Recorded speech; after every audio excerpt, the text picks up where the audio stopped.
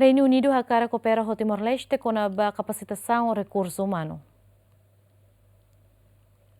Ministro do Negócio Estrangeiro e Cooperação Benito Freitas quinta-né ao encontro bilateral com o Ministro Estado do Reino Unido para Indo-Pacífico e Edifício Menek, Praia dos Coqueiros, oriamente em relação bilateral no discute cooperação sira na BIA ONU no planeia a estabelecer a futuro. Encontro entre governante Timor-Leste e o Reino Unido discutimos com a intenção Reino Unido a estabelecer a embaixada em Timor-Leste, oriamente em relação amizade entre países ruane. Hoje o Ministério dos Negócios Estrangeiros na cooperação e a Praia dos Coqueiros e a oportunidade de Murak, a Sormalu, a ministra dos British, UK no Reino Unido, deve que mais visita aí, pontos balos deve que colher, liu com a cooperação bilateral deve que precisa reforçar liutan.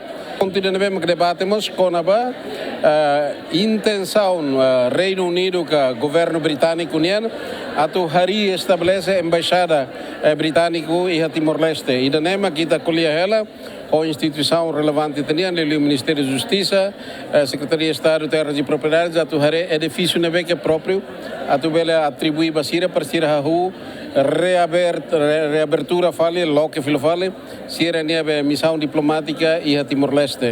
Reino Unido mostra que cria cooperação ao Timor-Leste e a área capacitação recursos humanos, no dar apoio à adesão Timor-Leste e Ambazian, no mostra cooperação e a desenvolvimento economia, pesca, no Selutan. Agostinho da Costa, Simão Ximenes, GMN.